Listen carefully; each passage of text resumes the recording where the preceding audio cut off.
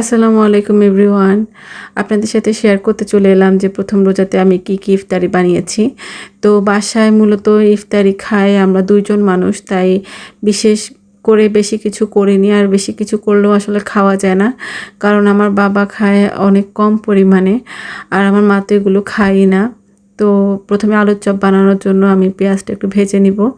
আমি আলুর চপটাকে এভাবে বানাতে পছন্দ করি, মাঝে মাঝে কাঁচাও বানাই। তবে যখন কাঁচা বানাই তখন আমি একটা বিশেষ মশলা ইউজ করি, সেটাও কোনো একদিন আপনাদের সাথে শেয়ার করব। তো পেঁয়াজটাকে ভেজে তার সাথে একটু ডিম আমি এভাবে স্ক্রাম্বল করে মিশিয়ে দিই। তাতে করে হয় একটা সুন্দর স্বাদ হয় এটার। এরপর হচ্ছে কাঁচামরিচ আর একটা ভাজা মশলাও আমি দিয়ে এটাকে একটু মিক্স করে নিব।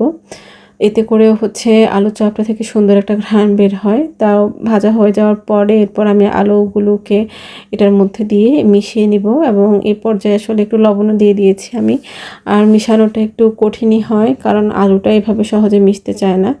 আর আমি এক হাত দিয়ে মোবাইল ধরে রেখেছি, সেজন্য আমার একটু আরও বেশি কষ্ট হচ্ছিল।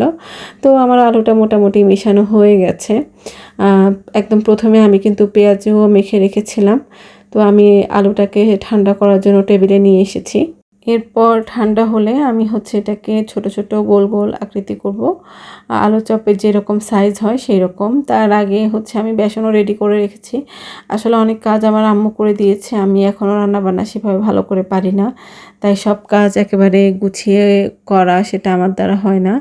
তো আমার মা হচ্ছে আমাকে বেসন রেডি করে দিয়েছে, আর আমি এদিকে আলুগুলোকে গোল গোল করে করছি। কিন্তু এত গরম যে হাতে লাগছিল আমার খুব, তো আমি তাও চেষ্টা করে যাচ্ছিলাম, কারণ সময় একদমই কম ছিল হাতে।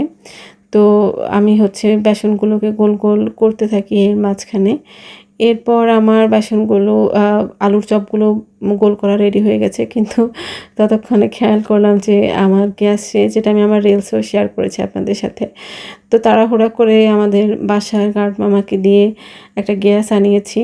আর যেহেতু ইফতারের অল্প একটু সময় বাকি ছিল, তাড়াহুড়ায় আমি একেবারে ঠান্ডা তেলের মধ্যে পেঁয়াজগুলো দিয়ে দিয়েছি।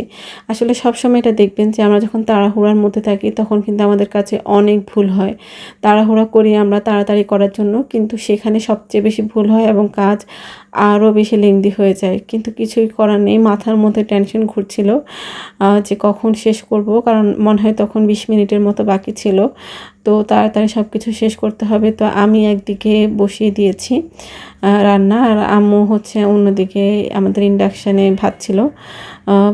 আম্মু হচ্ছে ভাত রান্না শেষ করে এরপর ইন্ডাকশানে অন্য ইফতারিগুলো ভাজছিল, আমি একদিকে ভাজছিলাম যাতে করে তাড়াতাড়ি হওয়া যায়। তো পেঁয়াজগুলো পাল্টে দিলাম। আসলে রমজান মাসে আমার এই কাজটা করতে অনেক বেশি ভালো লাগে, ইফতার বানানো, আম্মুকে সাহায্য করতেও আমার অনেক বেশি ভালো লাগে। নর্মালি রান্নাবান্না করতে তো আমি আসলে পারি না, সেই সময়টা আমি আসলে স্কুলে থাকি, কিন্তু ইফতারের টাইমে আমি বাসায় থাকি। তো অনেক তাড়াহুড়োর মধ্যেও আলহামদুলিল্লাহ যে ইফতার রেডি হয়ে গেছে আমাদের, এবং আমি ইফতার করতে বসে গিয়েছি। কেমন হয়ে গিয়েছে আপনাদের রমজান জানাবেন।